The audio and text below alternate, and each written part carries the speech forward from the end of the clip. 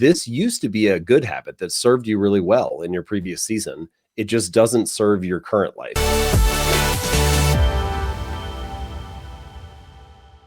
All right. It's not often I get to fangirl about one of my favorite books. I'm so excited to invite James Clear on. He is the author of Atomic Habits, and come to find out, we have a mutual friend and got connected. And I'm so glad to have you on the Active Mom Postpartum podcast today. Thank you for coming on. Of course. Happy to do it. And thanks for thinking of me. Sure. So I have to admit, the first time I sat down to read this book, it was in the context of being an entrepreneur, a small business owner, that sort of thing. And the more I started reading it, I was like, oh my God, this was written for moms. Because literally, we're going through identity changing circumstances. We've got all these new demands. We're trying to figure out who we want to become in this. And so you have these first couple of laws, of habits that I'm just going to pop up here. If you haven't read the book, you definitely want to, but make it obvious, make it attractive, make it easy, make it satisfying. And my translation of this for moms is, how little do we need to do so no one dies? And how do you set up the habits for that? But for parents and moms, like, how do we set up habits when there is literally not a typical day? And I mean, I think you can say that for new parents. You can say that for my kids are 9 and 12, and all the crazy illnesses that are going around right now. Like, it's great you do the things to set up habits, but how do we start to set up habits when literally we feel like the world's kind of throwing everything against us? That's a great question. In a lot of ways, I feel like young parents, you're like, man, I'm just trying to make it to the next nap. I'm Yes. just like trying to have enough structure to get there.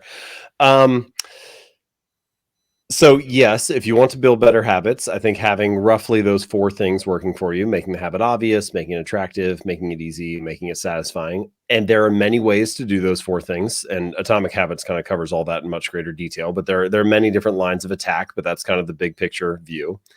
And my approach is, as you said, like, how can you make it, what's the least amount we can do, basically? Yeah. And another way to say that, another way to think about that is, how can I structure the environment so that the deck is kind of stacked in my favor, so that I'm swimming with the current rather than trying to go upstream all the time. Yeah. And there are a variety of strategies you can use for that. Kind of one of the first things that I always think of is environment design, or kind of reorganizing or rearranging the spaces that we spend a lot of time in each day. I think one interesting question you can ask yourself is, either in the context of your own habits, what's one habit I'm trying to build? Or in the context of your kids, maybe, what's one behavior I'm trying to get them to do more consistently? And then you walk into the rooms where you spend most of your time each day and have that habit in mind, and look around and ask yourself, what behaviors are obvious here? What behaviors are easy here? What is this space designed to encourage? And can I reshape things a little bit or reorganize things a little bit to encourage the behavior that I'm trying to get? And you'll see that a lot of places, like kindergarten classrooms, for example, they use this kind of thinking a lot, where if a kid is in the blue reading group, they put their books in the blue bin, and they sit in the blue chairs, and they put blue Post-it notes on certain things or whatever. And it's all trying to orient or organize that environment around making it very clear and explicit what the behavior should be. This same thing works for adults. Like, I walked into a CrossFit gym one time where they took a picture of the wall, and then they printed it out and they put it up there, and they said, this is what all of the weights should look like at the end of each class. Right. And, it's like just trying to shape the adult's behavior so that it's very obvious what you should do. And environment design can be used in many different ways, but that's just kind of like a quick primer on a step you can take to try to stack the deck in your favor. Yes, that's one of the things with the women that I work with in physio, getting back to exercise and kind of building that habit. It's such a kind of new concept, because they're in the DC area. We have a lot of older moms, and I think I was 35 when I had my oldest, my oldest, and we're used to having things a certain way. And I very much remember, okay, I'm going to sit down and I'm going to sit on this cushion, I'm going to meditate, and it's right there, except for my son would take 40 minutes to go down for a 30-minute disaster nap. And then by the time I put him down, I'd go down and I'd wait. and then you spin around in circles and like, oh my gosh, what I'm going to do. And then you get like 2 minutes in. And I think it's so hard. But what I talk about with moms now, I'm like, all right, at least get that set up. And sometimes 2 minutes is enough. I know before you got to do this, but I literally had a session with a mom yesterday where she's going away for the holiday. And I'm like, you set that station up as soon as you get there. You pull the video up that you're going to pop in tomorrow, and you're going to walk the dogs, and then you're going to go immediately to that spot. But to your point, like if that's not set up, like if I didn't know what I was going to do, you're going to spin in circles a million and one times to kind of get that going. But I've used that a lot. There's a kind of a Um, lot to unpack there. There are two things that come to mind primarily for yeah, me. The first is priming the environment for the next use, or one of the phrases I use in the book is resetting the room. yeah, So whenever you leave the kitchen, reset it for the next meal or something yep, like that. Now, of course, when you have kids, not all the time this is going to work, but right, the more that you can do it, the easier it makes the next snack time or the next meal. yep, And one great thing that my wife does, I don't mind getting up early and getting them breakfast, so I do that. But it's much easier for me if I don't have to like prep if I already know what they're going to have to eat, basically. yep, And she would rather sleep in and not get up, but she's fine with prepping the food. And so every night before, usually it's a couple nights a week, like she'll make enough oatmeal for like 3 days or something, yeah, and we'll store it in the fridge. And then I'm fine with getting up for the next 3 mornings and serving it to them. So we both it's kind of this high leverage win for both of us. I don't yep, have to cook and she doesn't have to wake up early. And it's easy for me because the room is primed. The oatmeal's already in the fridge. right, She was a lot of the time we'll set out the all the stuff for the kids, like their tray and utensils and all yep, that stuff will be ready, so I can just walk into and serve it, and like breakfast is ready basically. that's awesome. um Very simple, easy example, but like Yep, that kind of thinking can be applied to a lot of different things. yeah, The second thing that came to mind, though, is a little more big picture. What you mentioned about, maybe becoming a mom a little later, or just being used to things from like the previous season of your life, and now yeah, you only get 2 minutes to meditate. No matter when you become a parent, you deal with stuff like that. And I found for myself, I was very slow on the uptake. And what I've started to think of, or the way that I've started to frame this in my mind, is thinking about life as a series of seasons. And the yeah, question that I ask myself is, what season am I in right now?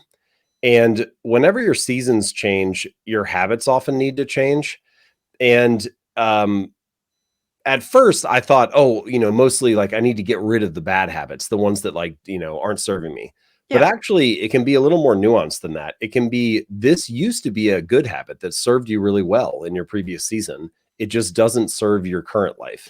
yeah, And that can be much harder to convince yourself to let go of, because you have all this evidence that this was like a good thing or something you enjoyed or something that was part of your life. And it probably took me like a year and a half after having our oldest to figure out, like, hey, you keep trying to force fit these old habits right, into your new season, and it's not working. Um, and so I think that's a useful question to ask yourself. Doesn't have to be having kids, by the way. It could be taking a new job, or even being in the right, same job, but taking on a new project or a new role, moving to a different city, whatever. There are a lot of ways that seasons can shift for somebody. yep, But just asking yourself that question, what season am I in right now? And are my habits still serving me in this current season? And do I need to pick something else up that's different, or take a different approach? yeah. A lot of the time you'll start to notice something that maybe you previously were overlooking, and hopefully it relieves a little bit of the struggle. I like that, and I was the same. If it makes you feel any better, I mean, I think it almost is harder working in a postpartum space and coming in with all these expectations about how things should be, and laminating my birth plan, which is a whole nother story, which my son never read, by the way. So, but I do run into that a lot with a good number of parents. There's some parents that, especially if they ran through their entire pregnancy, or they're super active and they have this plan, but their exercise is more a mental health issue on the other side, that they come hell or high water, they figure out how to do it. But there's this other sect of moms that, and I think social media, I'll be curious your thought about this. Social media plays into what you should be doing as a parent. You should be happy and Mhm. taking your kids everywhere, and they should be napping this perfect amount of naps. And I really run into this comparison syndrome with, especially with moms, that they see how things are supposed to be on social media and what they're supposed to be doing and the habits you're supposed to be building. And this is not what's happening in their life. And that kind of causes a bit of conflict. So I'd be curious your thoughts as to how to navigate that. Yeah, social media is tough in that way. Things are so much more visible now than I think they were for most of human Yes. history. The results of success are highly visible and widely discussed, and the process of success is often invisible and hidden from view. And so on social media, the really tricky thing is you can find there are billions of people on the planet, but you'll be able to find thousands that are better than you at any particular category. Yeah. And so, you'll be able to find thousands of people who are their kids are napping better than yours. You'll be able to find thousands of people whose kids are better eaters and not as picky as yours. You'll be Yeah. able to find thousands of people who are in better shape than you. And it will make it feel as if you're losing in all these different areas.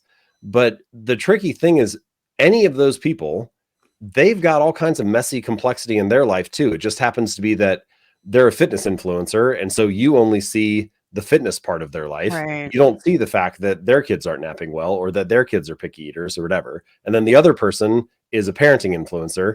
And so you only see their posts about napping. Right. You don't see the fact that they're missing workouts or whatever. And so my point is just everybody has this complexity, this messiness going on, but you only see these very selective highlights, and it makes you feel like you're losing out on all these different areas. This is a very tricky thing. And I think the way that I'm trying to curate my social media feed now is to remind myself that whenever you choose who to follow on Instagram or Twitter or Facebook or whoever, in a sense, you're choosing your future thoughts, because all of your thoughts are almost always downstream from an experience you have or from something you consume. It's very rare that you have like a thought that's like truly spontaneous and comes out of nowhere. It's almost always somebody said something in conversation and I had a thought as a response, or I read something, or I listened to a podcast and I have a thought as a response. And so if you take that idea seriously, I think you're much more careful about who you're going to follow, because it's kind of like, what do I want to be thinking next week? How do I want to be feeling a month from now? Because if you fill your feed up with that stuff, Right. it's just going to constantly keep bubbling up. It's going to keep priming those kind of thoughts. And so as best as possible, I try to only have stuff in my feed that's fueling me the kind of thoughts and energy that I want to have each week. Like, is this useful and empowering for me? Is this benefiting me? Or is it just getting me trapped in this kind of spiral of comparison? And you can choose to unfollow, right? Like that's Right. in a sense, it's kind of, we forget that. We kind of think, oh, it's a choice that I make, and then this is just what that website looks like. Right. But you can choose to check out of that. And I think it makes sense to spend maybe a little more time than you would naturally think you should spend curating what that feed looks like, so that you're getting better inputs, and then the output is naturally going to be better as a result. That makes a ton of sense. I mean, I was in some ways, I feel incredibly lucky that we weren't really doing, there was no Instagram for, moms essentially when my kids were little. And so 2 a.m. when you haven't slept and you've got hamburger nipples and, somebody's, not sleeping or eating or whatever, like you're pretty vulnerable. So curating before that time might be a really good idea. Yeah, that might not be the moment to be like, hey, you just need to be mentally tough, like let's, again, I think all this is like kind of playing in the same theme though, which is stack the deck in your favor, try to put yourself in favorable situations where you don't have to have superhuman willpower to feel decent about yourself, or you don't have to have remarkable persistence to do the right thing.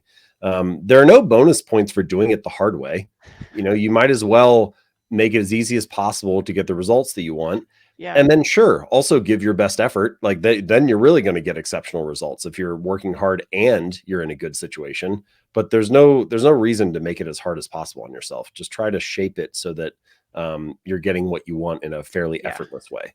Yeah, I think that it's such a challenge. A great suggestion though is, you have this idea when you are expecting, you're like, okay, this is the kind of parent I want to be. This is when I want to work out. This is what I want to eat. This is what I want to do. This is what I want my kid to be like. And I think I said to you earlier, like the second you conceive is kind of when you lose control over that. Even in pregnancy, my first one I had planned for my to literally run into the delivery room, and that did not happen.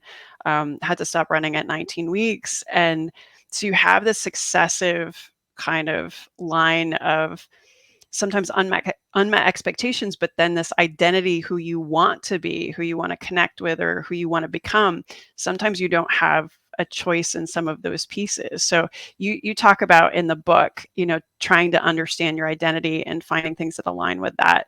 What about when you're literally kind of navigating who you think you want to be as a parent, and who you actually are becoming, because some of those things are out of your control? Yeah, those are great questions.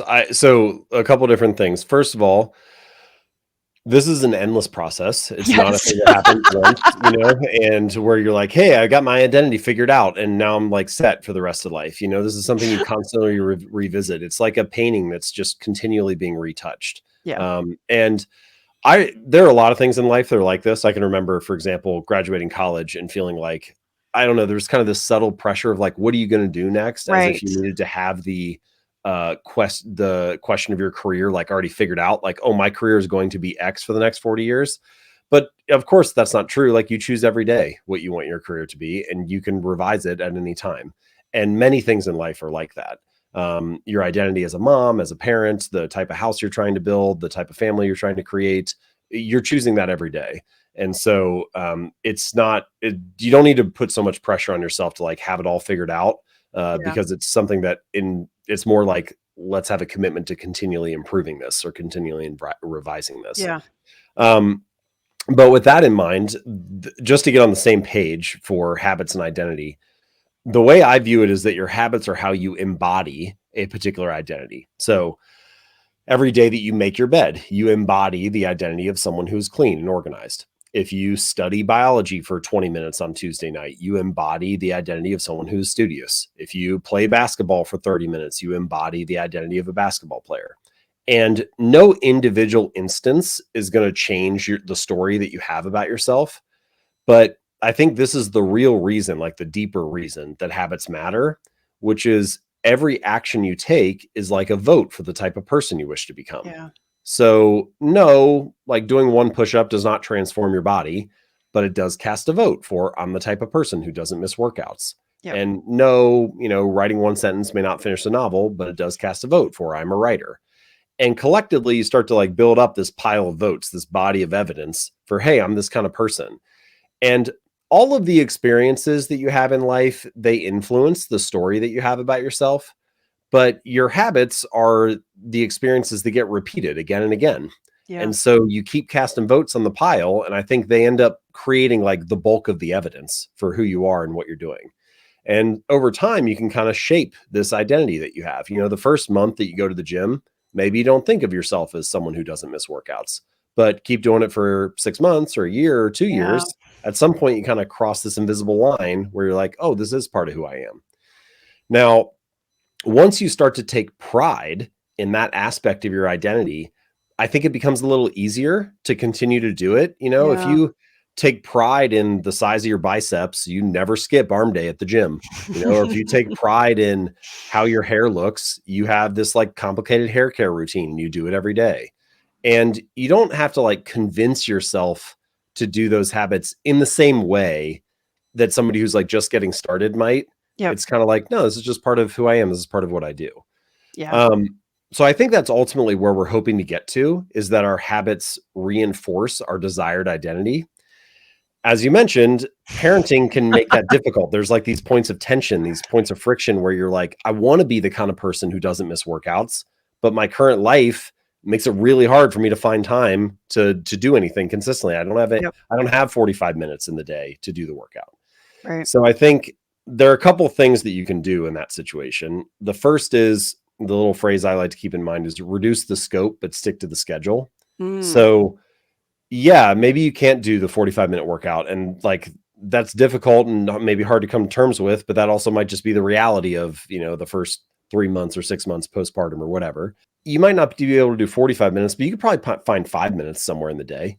And if you can do it for 5 minutes, maybe it doesn't feel like it's enough to change your body or to get you the results that you want, but it is enough to cast a vote for that identity. Yep. And it is enough to maintain the habit. And if you maintain the habit, then all you need is time. And so there's maybe a little bit of pressure or patience that's required there, but Yes. reducing the pressure on yourself and reinforcing that identity in a small way can still count for a lot. In some ways, I think the bad days are almost more important than the good days, because Mm, you can look at yourself in the mirror and be like, hey, things were not ideal today. I did not have my best day. I didn't have a ton of energy. I was frustrated with the kids, but I still cast a vote for being the kind of person I wanted to be. I was still able to reinforce my desired identity. yeah. And in the long run, that counts for a lot. Yeah, no, I think there's something to be said for that. And you were speaking about kind of time frames. I think, especially with moms, there's almost like a couple different types of time frames. You have that like first 6 weeks where you're just trying to see the light and get out from underneath it, right? And then you're like, all right, I'm alive. Now can I exist in the world and move on from there? And then you realize, oh my gosh, now I have to function. Um, and then can I get back to workouts? And there's those moms that get back to the gym or showing up at CrossFit 6 weeks postpartum, which I'm like, okay, that's a little soon. But then there's those moms that it's been 2, 3, 4 years, it's been a couple of kids, and it's been hard for them to find that way back. And I almost think it's harder for those women to just double down and walk into a gym and be like, all right, I know it's been this long, but it's still, I'm still showing up here at this point. It's a constant challenge, I think, no matter when you decide to make that decision. But I mean, I think my youngest was 3, and I took a course and realized I needed to go to CrossFit, and the gym was 2 blocks from my house. I think it took me 4 months to get enough guts to walk into the gym and get the schedule to work out and make sure everybody was going at the same time. But I think that's one thing that parents forget or moms forget is as long as you keep putting that kind of those steps forward. You do talk about this a little bit in the book, those people that will buy all the stuff to do the thing as opposed to actually just doing the thing. Mm. What about those of us that, we're on Amazon at 2 a.m. breastfeeding, and they're buying all the stuff to prep? How do you make that leap from, okay, I'm all ready. I know which class I'm going to go to at CrossFit. I know I'm going to do the intro. I know I'm going to do all this stuff. How do I make that first step to start to build those consistent habits? Yeah, I define this as the difference between like motion and action. Hmm. And it's not that motion is never useful. It's just that it will never get the result that you're hoping to get. So for Yeah. example, motion might be shopping for workout gear or Yes. talking to a personal trainer at the gym. Now, it's not that you should never buy workout gear, you should never talk to a personal trainer. It's just that it doesn't matter how many times you talk to a personal trainer, it will never get you in shape.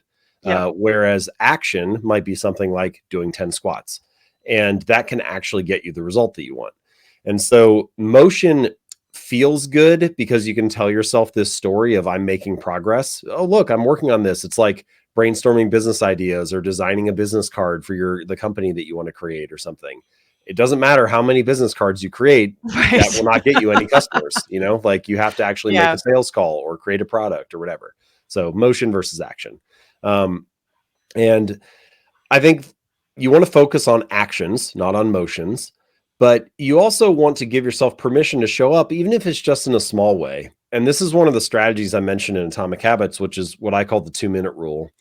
And it's really simple. It just says take whatever habit you're trying to build and scale it down to something that takes 2 minutes or less to do. So read 30 books a year might be read 1 page, or do yoga 4 days a week might be take out my yoga mat. Yep. And sometimes I tell this to people and they resist a little bit. They're like, okay, buddy, like I know the real goal isn't just to take my yoga mat out. Right. I know I'm actually trying to do the workout. So this is some kind of mental trick. Then why would I fall for it, basically? And I get where people are coming from, but I think this is a deeper truth about habits. I have this guy, his name's Mitch. I mentioned him in the book. He lost over 100 pounds. He's kept it off for more than a decade. And when he first started going to the gym, he had this strange little rule for himself where he wasn't allowed to stay for longer than 5 minutes. So he'd get in the car, drive to the gym, get out, do half an exercise, get back in the car, drive home. And it sounds silly, you're like, obviously this is not going to get the guy the results that he wants. But if you step back, what you realize is he was mastering the art of showing up. Right. He was becoming the type of person that went to the gym 4 days a week, even if it was only for 5 minutes. And I think that's the deep truth about habits, which is a habit must be established before it can be improved. It has to Yeah. become the standard in your life before you can scale it up and optimize it into something more. And I think it's really easy, whether it's just because, hey, I'm an ambitious person and I want to achieve a lot, or if it's because, oh, I'm looking at all the results people are getting on social media and I feel like I need to do a lot if I want to get in the shape that I want to be in, or become the kind of have the type of fitness I want to have. It's Yeah. very easy to bite off more than you can chew, or to feel like I need to go from 0 to 100, that I need to start going to the gym 4 days a week. But when I go, it's got to be a full hour workout and it has to be really intense for me to get results. What I'm kind of encouraging is to say, listen, there's no reason you can't get there, but there's also no reason to put that kind of pressure on yourself right now. The first hurdle to clear is to master the art of showing up. And if that Yeah. means you just go to the gym for 5 minutes, fine. Because if you can't become that kind of person, it doesn't matter how good the hour-long workout program is. It's just a theory, Yeah. so can you master the art of showing up? Can you use something like the 2-minute rule to scale it down, gain a foothold, and then advance to the next level from there?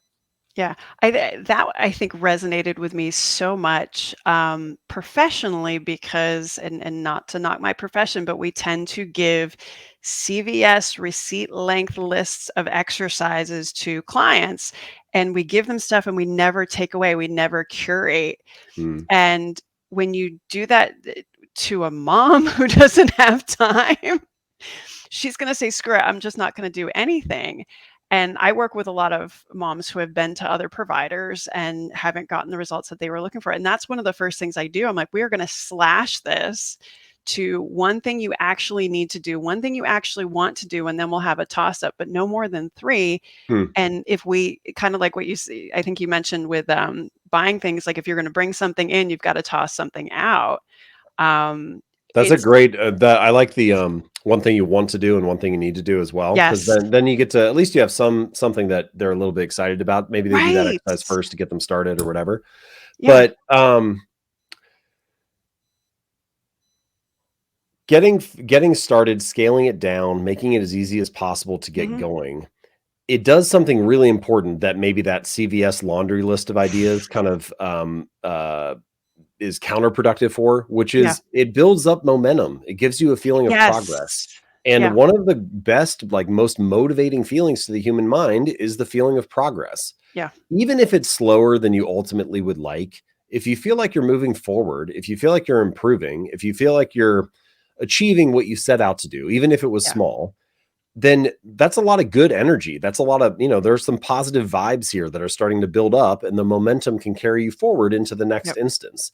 If you start out with the intention of doing this CVS laundry list of items, and then you only get through 1 or 2 of them, and then Right. you get distracted by your kids, or you look at that and you feel like, oh, I don't have time to do all that right Right. now, I'll push it off to later. And then you turn around and it's 11 o'clock at night and you're sitting in bed and you're like, oh, I didn't do my exercises today. Yep. That does the opposite of breeding It momentum and totally building does. confidence. And Yeah. so in that way, scaling it down is an important part of the mental game too, which Yeah. is, hey, we want you to get to the end of the day and feel good about yourself. We want Yeah. you to get to the end of the day and want to wake up tomorrow and do this again. And so small progress can add up to something really meaningful, but you want to not kill the momentum along the way. And Yeah. so starting small can help do that. And again, that's one of those things. I feel like moms, we guilt ourselves enough. Like, I don't need somebody else guilting me that I'm non-compliant or I didn't do my workout or this or that. Like, trust me, I'm doing that enough to myself. I swear half of what I learned with working with postpartum moms was from becoming a mom. I'm like, where was this stuff before I could have Mm. used it? All right. So last thing here, as far as like you talk a lot about, people trying to stay here into exercise programs and things like that. And um, tips and tricks to kind of reinforce things that we enjoy doing and so on. Let's say, I mostly work with runners and CrossFit moms and that sort of thing, where we have that one thing that we love to do, and then we have the other stuff that we should do. So runners don't want to do anything other than run. But they should be doing, moms should be doing some other strengthening and things like that. You've got our CrossFitters that we just want to go out and do the workout or the hero WOD, but don't want to do the accessory stuff. Postpartum moms, we really need to be doing this other stuff. How do we find that balance again, in those manageable bites and kind of, this is where we want to be, this is where we are. What are some other tips that you can give us? It's really hard for ambitious people, and it sounds like a lot of the people you work with Yeah. have some kind of ambition and drive. And I've fallen into this pitfall too. Like there's all kinds of things I'd love to do in my business or the things I would love to achieve, but the reality is like you just can't do all these different projects. Right. And nobody likes that answer. Nobody likes dealing with trade-offs, but it is the reality of life. And what I've come to realize on the business side, and we could extend this over to fitness as well, is that if I let my ambition take over and I try to do all of it, then I end up doing it all like half-assed.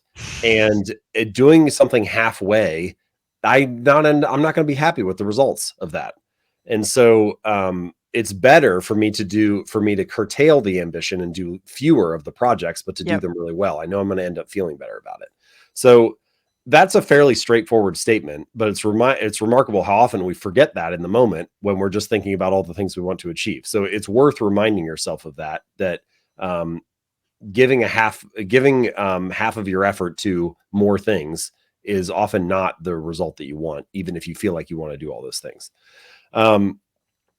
The other thing is, I think this ties back to what we discussed earlier about seasons. And sure, maybe you do as a CrossFitter want to be doing the hero WODs and doing all the different workouts and stuff, but also the season that you're in right now is you're a postpartum mom. And so what is best for this season?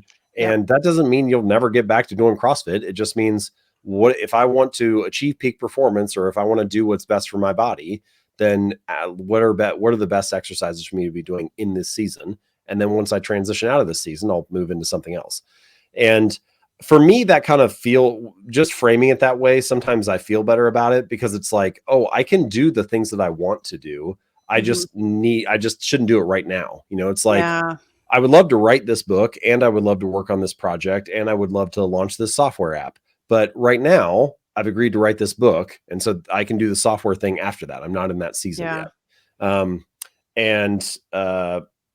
It doesn't mean that you'll never have to make choices or trade-offs, or you won't have to prioritize. You'll still have to do that, but maybe you just feel a little bit better about it because you realize that you're in a different season right now. Yeah, I think that concept of seasons, I think it's definitely evolved, and I've experienced it a lot more. I get young moms asking, well, does this get easier? And I remember asking somebody else that, 11, 12 years ago. And the answer that's correct is no, it just gets different. But I think I kind of very much came up in your mom boss, you can do everything, and you just burn the hell out, I'll be honest with you. But this idea of seasons where it's like, okay, there's going to come a time, like I opened my practice after both my kids were at school all day. Like there was no way all that stuff was going to happen at the same time, but yet I see moms trying to do it now. Like I do think the narrative is shifting, at least, that we don't necessarily have to be doing all the things all the time to prove our worth, or to have that identity that you're looking for. It's like, that's going to be there. And I think that's the thing that's hard to realize in that moment. Again, 2 a.m, nobody's sleeping, everybody's sick, nobody's going to school anymore. And you're like, oh my God, is this forever? And you blink and they're, 10 years older. I'm glad that you mentioned identity there, because I meant to say this earlier and I forgot, which is you can have like the same kind of identity or the same type of like pillars to your identity or core values that you're reinforcing, but you can do it in different ways. And one of the common examples that I found as I was researching the book are people who are in the military and their identity is I'm a soldier, and then their military career ends and they go into the workplace and they become a civilian, and they had so much of themselves tied up in that identity. And now all of a sudden they feel like they lost it. Or athletes. I felt this way once I finished playing baseball. For so much of my life, I was a baseball player. And then all of a sudden your career's over and you're like, what am I now? And so a lot of athletes feel like they lost that as well. As a Yep. side note, I think that's one reason why CrossFit is so popular. I think it gives a lot of people who identified as athletes like this alternate path where they Yes. can still identify that way, even though their playing career is over. But to take the military example, well, when you go and get a regular civilian job, sure, maybe you're not a soldier anymore, but you could still have the identity of, I'm the type of person who completes the task that's given to them, or I'm the type of person who is reliable, or I'm the type of person who is a good teammate. And there are many ways to reinforce that identity. Yeah. And I think the same thing can be true for mothers or fathers, or anybody as you're going through life. Yeah, those first couple years where your kids are at home and they're not at school yet, and it's like feels like it's impossible to launch your business. Okay, that's fine. There are many ways to reinforce the identity that you want to have as an entrepreneur. It doesn't necessarily mean you have to have a business right at that moment, Yeah. but you can still be casting votes for that identity in other ways. And then once they go to school and maybe you have a little bit more capacity or whatever, and you do decide to launch your practice or launch your business, yeah, now you're casting votes maybe in a more straightforward way for that identity. But there are many ways that your desired identity can be reinforced. And Yeah. again, that doesn't mean you don't have to make trade-offs. And maybe you do wish that you could launch the business while your kid is 2 years old, but it might make it a little bit easier to swallow. It might give you a little bit more confidence or give you a chance to feel like I'm not wasting this time because I'm still Yeah. being this kind of person, just in a Yep. little bit different way than what I ultimately hope to do. And I do think if you can find some of those more malleable ways to cast votes for your desired identity, then it'll help you get through that. It'll help you see the opportunity maybe in that time or in that Yeah. season rather than the burden in it.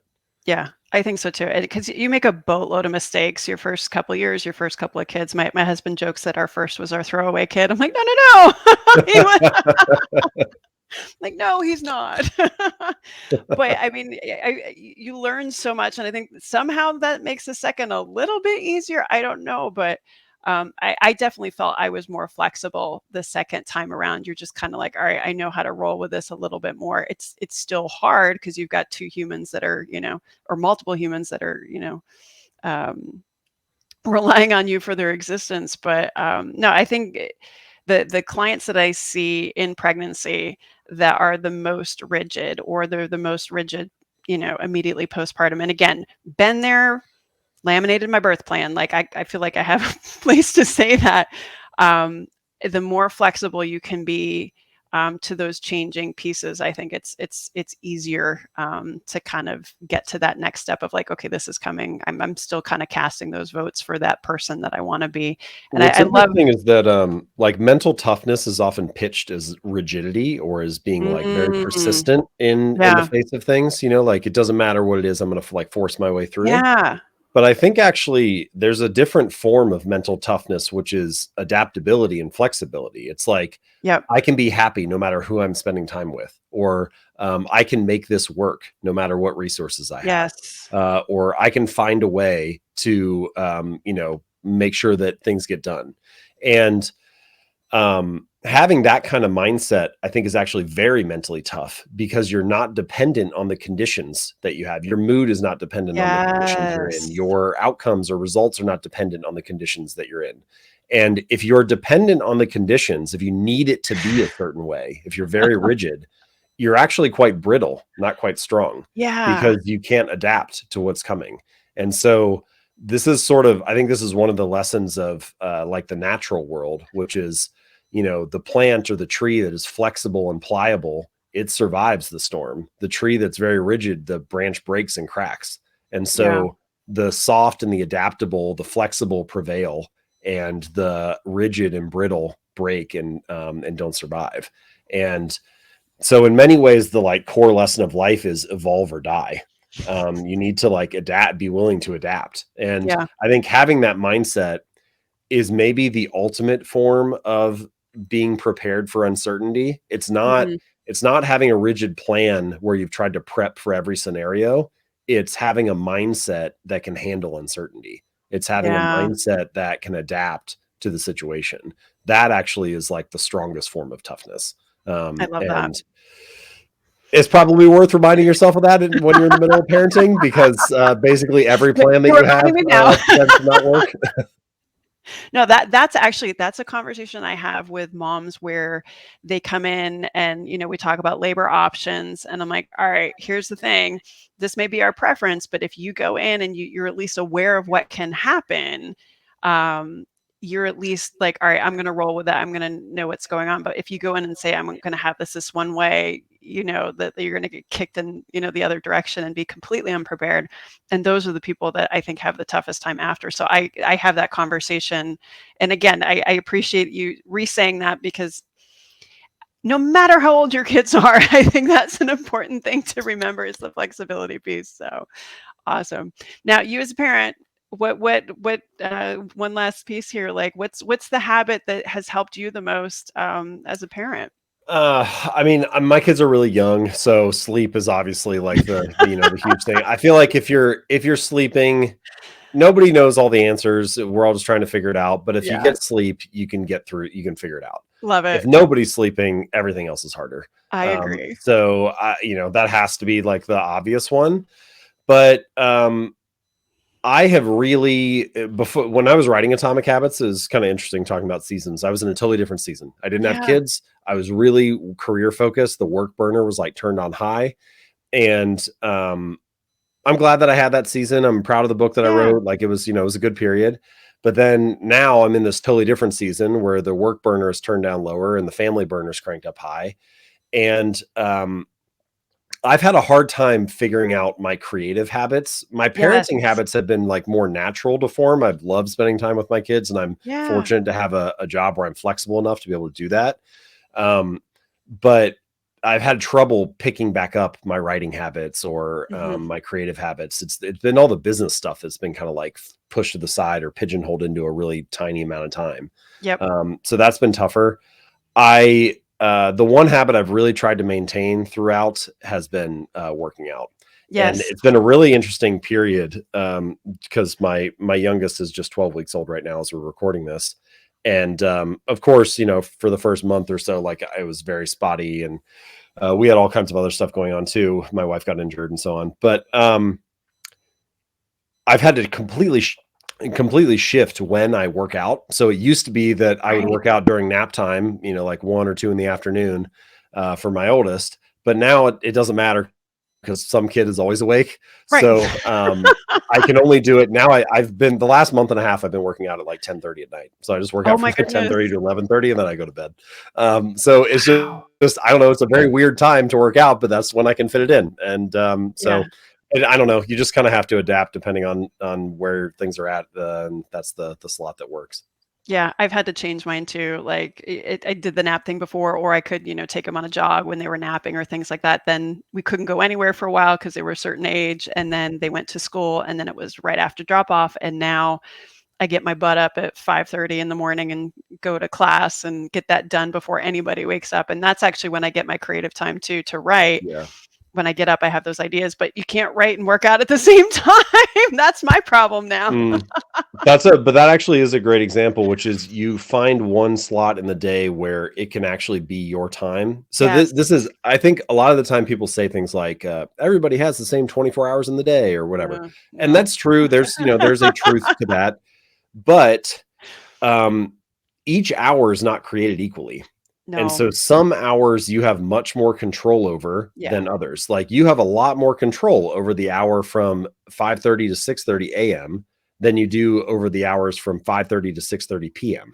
Right. And so that's a slot that works well for you to work out and to prioritize your stuff.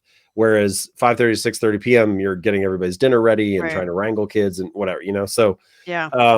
I do think that's a useful question to ask yourself is listen, the reality of being a parent is I'm not going to have much time, but can I try to carve out some pocket of time Yeah. just for me?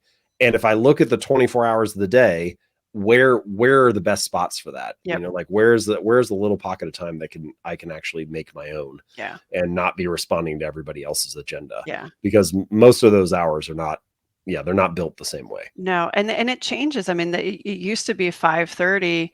I would have to feed somebody before I got ready for work and go to the hospital. Like there used to be a time that was completely off the table. And being a morning workout person, that was incredibly frustrating. But, time passes and things change. And I think that's the thing to remember, back to your flexibility point too, is don't feel like it's going to be like this forever. It's going to change. Mhm. So awesome. Well, again, thank you so much. Congratulations on your newest edition. And for those of you that want to hear more about the book, Atomic Habits, again, totally worth it. If you're a mom and you don't want to read the book, it's on audio. So make sure I trashed my book, so I was listening to it on the drive back from the Grand Canyon last week. There's lots of ways to pay attention and kind of integrate this into our life. But thank you again so much for putting just some good stuff out there for those of us that are searching to find our habits with our new identities. Thanks again, James Clear. We can find you on Instagram and your website here. Well, Thanks thank you again. so much. I appreciate the opportunity. It was a pleasure to talk, and yeah, I hope people enjoyed it.